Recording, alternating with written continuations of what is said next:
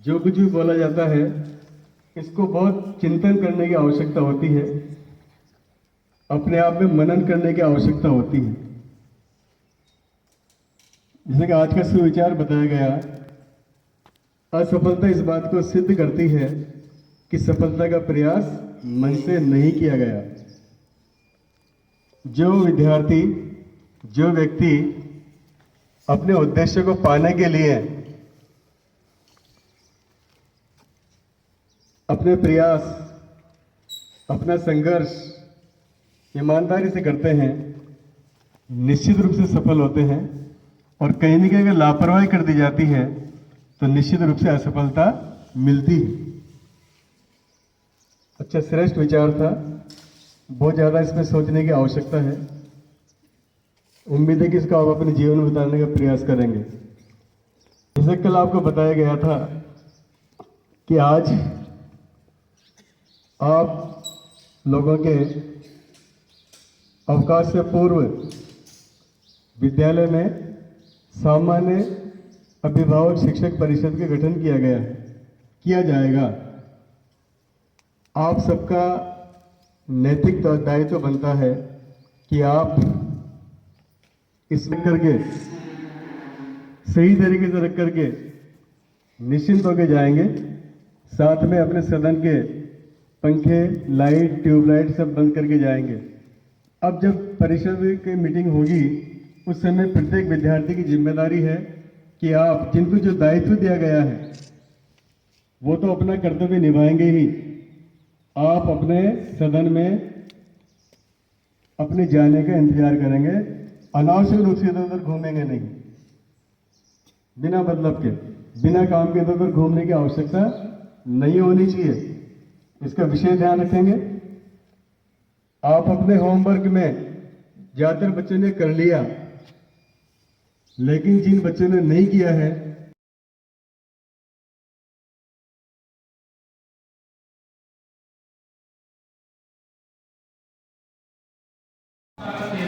सब लोग तालियों से स्वागत करें एक बार।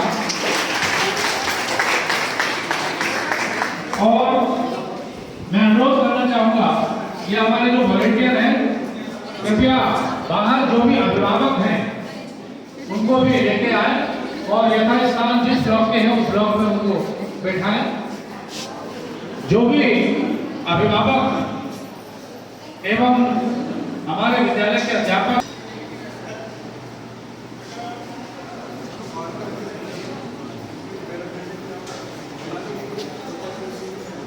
ये योगदान, ये भूमिका आपकी है कि आप 20 विद्यालय हमारा केंद्र सरकार के विद्यालयों में अब जवाहर नवोदय विद्यालय धौलपुर का नाम पीएमसी जवाहर नवोदय विद्यालय हो गया है।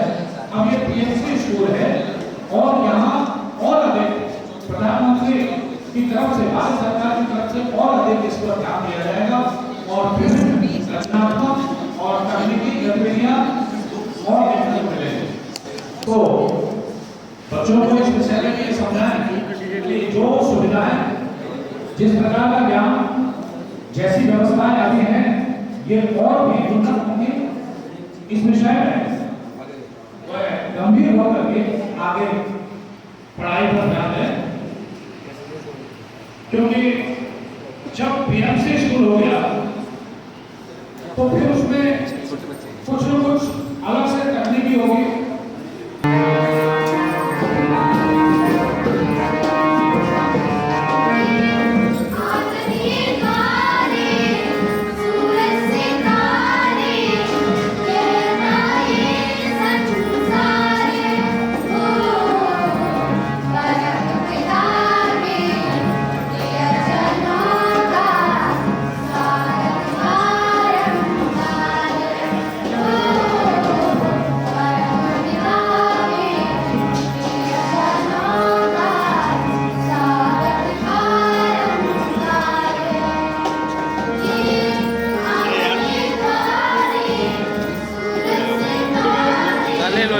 हमारे भी निकाल देना।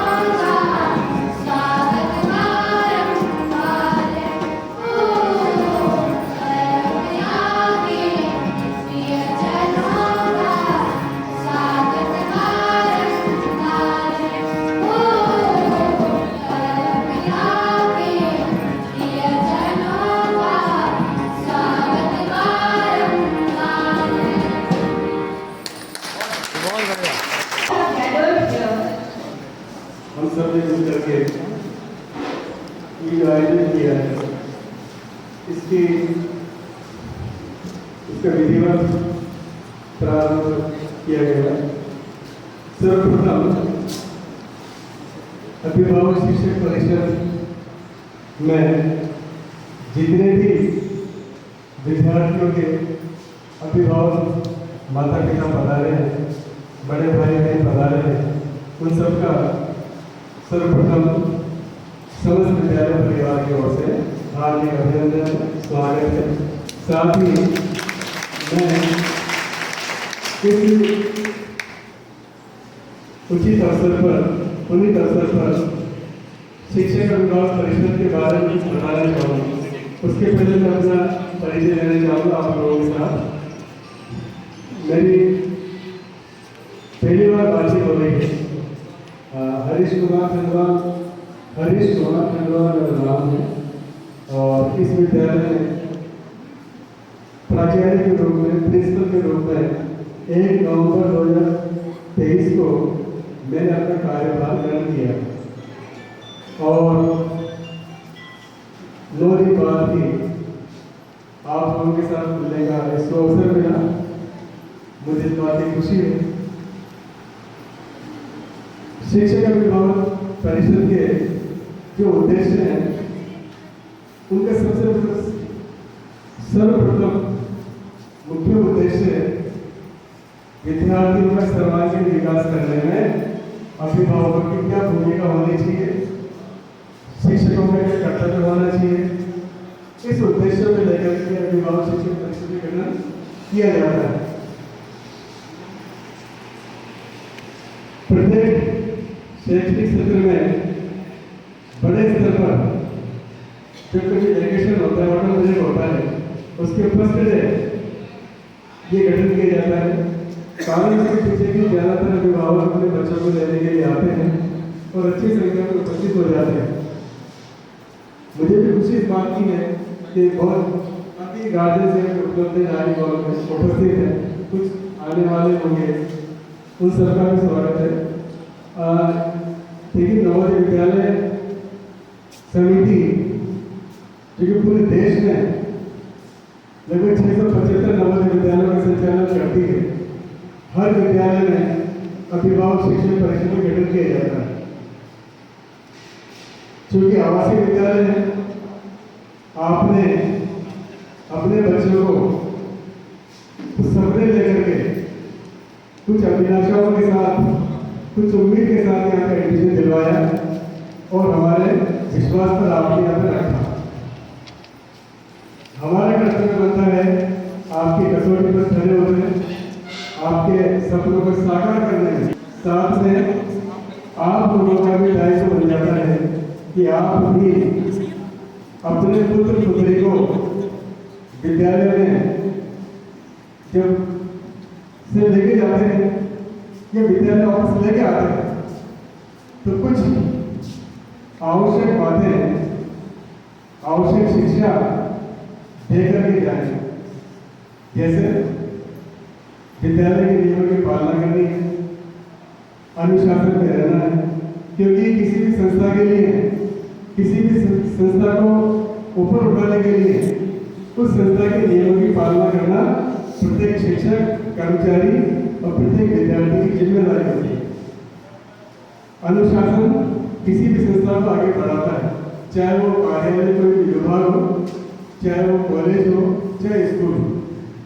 हर संस्था के लिए अनुशासन जरूरी होता है और अनुशासन नियमों की पालना के आधार पर ही बढ़ता है। क्योंकि ये छोटे बच्चे हैं, 11-12 साल की एज में आते हैं और पढ़ते पढ़ते 16, 17, 18 साल तक पहुँच जाते हैं। तो जो विद्यालय 6ठी क्लास से लेकर 12वीं क्लास तक पढ़ा करके इस किशोरावस्था में उनको बड़ा करता है, हम सबकी दायित्व बन जाती है कि वो विद्यार्थी यहाँ से एक श्रेष्ठ विद्यार्थी बनकर निकले। उसमें अभिभावकों की भी महत्वपूर्ण भूमिका होती है, क्योंकि कोई भी विद्यार्थी अगर गलत कार्य करके विद्यालय से निष्कासित किया जाता है, बहुत कम नंबर लगे पास, केवल पास हो जाता है, तो वो तो कोई उद्देश्य नहीं हुआ। इसलिए आप भी अपने बच्चों के जैसे एग्जाम्पल के रूप में अभी 10 दिन के लिए प्रत्येक क्लास में अध्यापक के द्वारा होमवर्क दिया गया है, प्रोजेक्ट वर्क दिया गया है। साथ में ये भी समझाया गया है कि दीपावली के दौरान अपने माँ बाप का अपने कार्य में सहयोग भी करिए। अब आपका नाटक डिपेंड करता है कि मेरा व्यवहार में 4 महीने बाद आया है, आराम कर, रेस्ट कर दो, या फिर आप पे डिपेंड करता है कि छोटे छोटे कामों में उनका सहयोग है ताकि उनकी आदतें बनी रहें, आलसी नहीं हो, लापरवाह नहीं हो। साथ में आप इसको भी देखें कि वो 10 दिन के दौरान कुछ पढ़ाई लिखाई भी कर रहा है या नहीं कर रहा है। ये पूछिए कि उसने होमवर्क दिया तो होमवर्क के स्कूल में निपटा के आएगा, क्या कर रहा है। ये जरूरी, क्योंकि हम सब पढ़ाने के लिए हैं, आप पढ़ाने के लिए बच्चों के आप प्रवेश दिलाएं। तो ऐसी स्थिति में आप एक महत्वपूर्ण कड़ी हैं शिक्षक और विद्यार्थी के बीच में। अब आपका कर्तव्य बन जाता है कि संस्था को आगे बढ़ाने में कैसे सहयोग करें। इसी उद्देश्य से गठन किया जाता है। अब इसमें सर्वप्रथम शैक्षणिक बातचीत ही अमल करें, सबसे पहले एकेडमिक में बातचीत करें। तो जब आप विद्यालय में आते हैं, आकर के आपसे विषयाध्यापकों के द्वारा भी कहा जाता है, हाउस मास्टर्स के द्वारा भी कहा जाता है, मैं भी बोल रहा हूँ कि जब भी आप आते हैं सबसे पहले उनके हाउस मास्टर से, उनके विषयाध्यापक से आप मिलिए। मिलकर के उनसे पूछिए कि आपका जो टेस्ट हुआ उसमें कितने नंबर आए। अगर नंबर अच्छा है तो प्रशंसा करिए, नंबर कम कर आए तो कारण पता करिए कितने नंबर कम कैसे रह गए, किस लेवल पे कौन सी कमी रही जिसकी वजह से आपके पढ़ाई लिखाई में नंबर कम रहे। वो कारण ढूंढने की कोशिश करिए। उसका समाधान तभी होगा जब बच्चे के पास सुनने के साथ साथ संबंधित विषयाध्यापक से मिलेंगे, तब जाकर के वो कहेंगे कि बच्चे भी इस बात का होगा आभास कि मेरे मम्मी पापा आते हैं तो मुझसे मिलने से पहले सब्जेक्ट टीचर से मिलते हैं। निश्चित रूप से मुझे आगे बढ़ने के लिए अपनी पढ़ाई के प्रति गंभीर होना ही पड़ेगा। इसलिए मेरा आप लोगों से विनम्र आग्रह है कि आप जब भी आते हैं अपने विषयाध्यापक से जरूर मिलिए।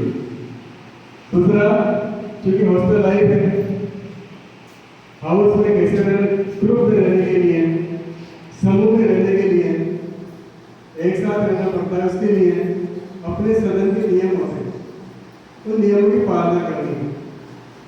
उदाहरण के रूप में एक साथ रहने के लिए मिलजुल करके रहना, एक दूसरे का सहयोग करना, एक दूसरे की आलोचना नहीं करना।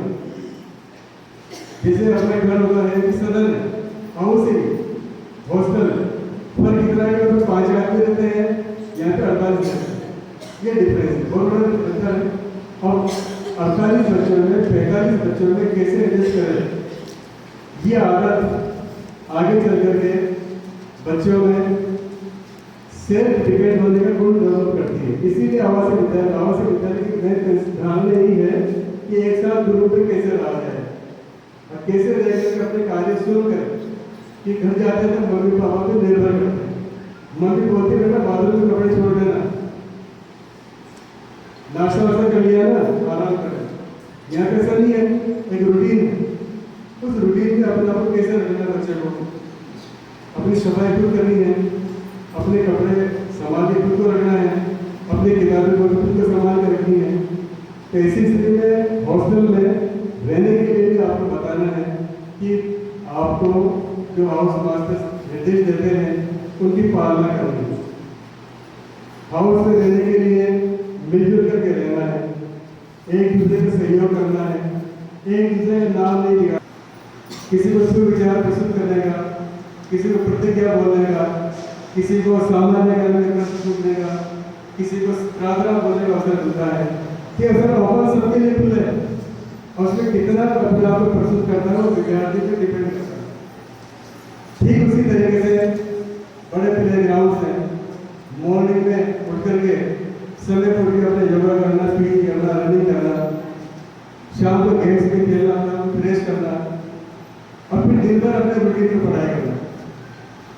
इस समय ये जरूरी होता, आपकी शिक्षा जरूरी है, बच्चों के लिए आपको समझाना जरूरी है कि भाई जो आपका रूटीन है, बाकी से बोला कि घर पे भी जब खाते हैं तो अपने एक लिमिट में खाते हैं, जितना होगा सब भोजन सबके लिए बनता है।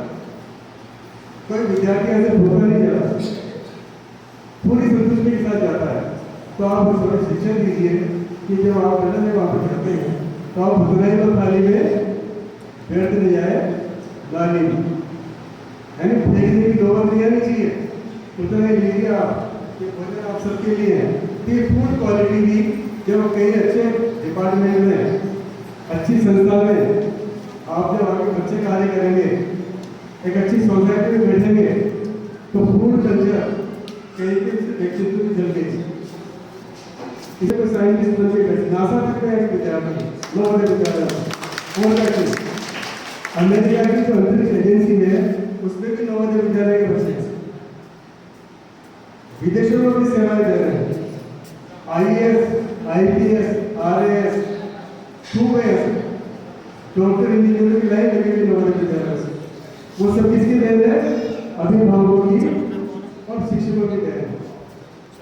वो विद्यार्थी जब आते हैं हमें भी गर्व होता है कि आज हमारा बच्चे हमें पहुंचे, तो तभी संभव है जबकि हम लोग उसको अच्छे से प्रेरित करें। इस उद्देश्य से गठन किया गया है। अब थोड़ी नेगेटिव बातचीत भी कर लें कि देखिए नवोदय विद्यालय समिति के द्वारा कुछ आइटम्स को विद्यालय में प्रतिबंधित किया गया है।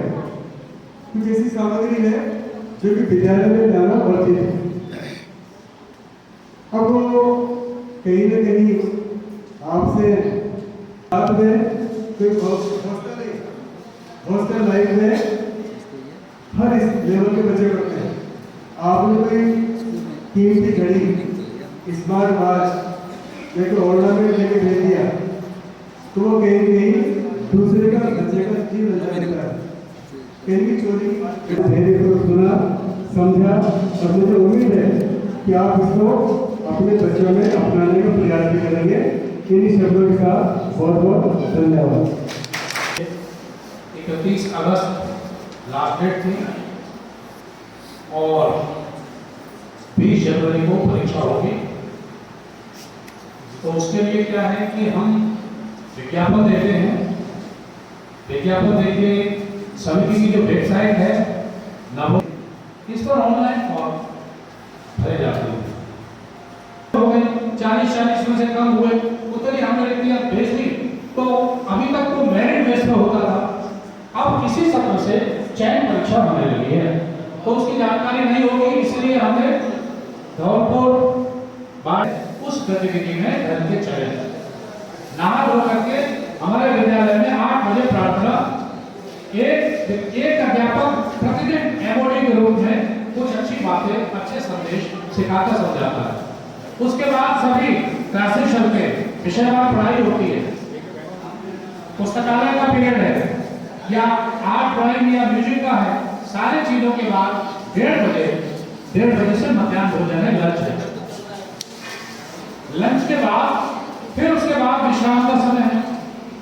तो उसमें कुछ एक बच्चे पेरेंट्स को बुला लेते हैं। आपसे अनुरोध है कि हम लोग जो 5:30 के पीछे लगे हैं बच्चों के, तो कृपा करके 1:30 से और 3 बजे के बीच में किसी भी काम से अगर इमरजेंसी तो बात अलग है, आपातकाल की बात अलग है, अन्यथा लीव के लिए मिलने के लिए अध्यापकों से भी उनको परेशान न करें, क्योंकि भोजन करने का और आराम का यही एक का श्रेष्ठ पड़ता है। वही उनको जो भी स्वल्पाहार है वो दिया जाता है। और यहाँ रख दे बेटा।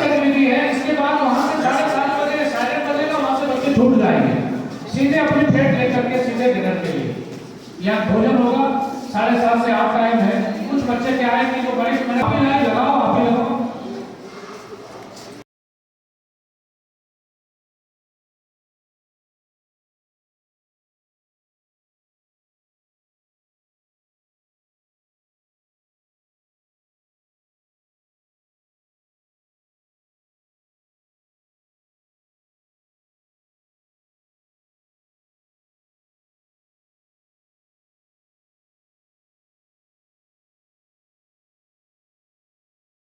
वो अपने अनुभवों के आधार पर बनाई जाएगी। इसमें 3 बातों का आपको विशेष ध्यान रखना है।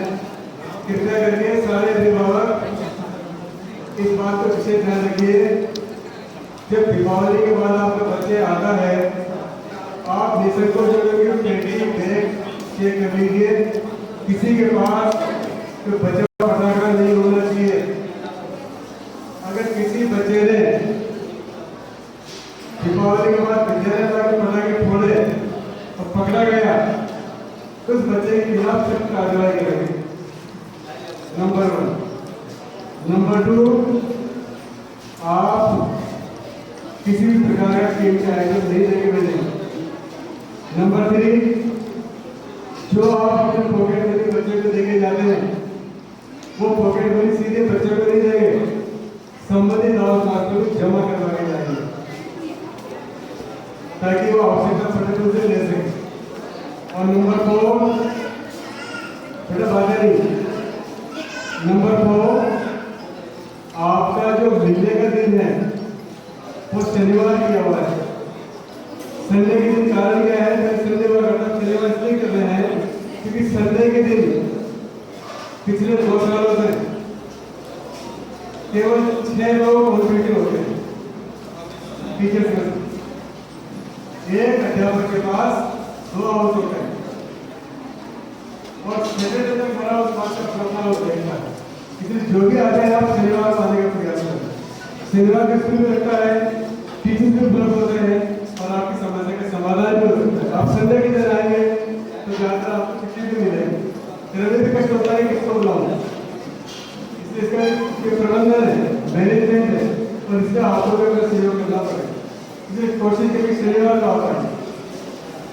अब मैं का ऑफर कर रहा हूँ, समाज किसको बुलाना। पढ़ने में भी हमारे बच्चे, बहुत सारे बच्चे बहुत बेहतरीन कर रहे हैं। आर्ट में, स्पोर्ट्स में, म्यूजिक में। अभी हमारे बच्चे जो क्लस्टर और रीजनल लेवल के जो मीट होते हैं उसमें जाते हैं, कोई उदयपुर गया, कोई अजमेर गया, कोई टॉप गया, वो टीमें जाती हैं, आपको सूचना होगी। बहुत बेहतरीन प्रदर्शन किया है। कई बच्चों को ट्रॉफी और सर्टिफिकेट और वो मिले आपके घर आएंगे। तो ऐसा नहीं है कि सभी बच्चे गलत ट्रैक पे हैं, कि ये सब कुछ नहीं है। थोड़ा सा देखो, ज़्यादा नहीं समझ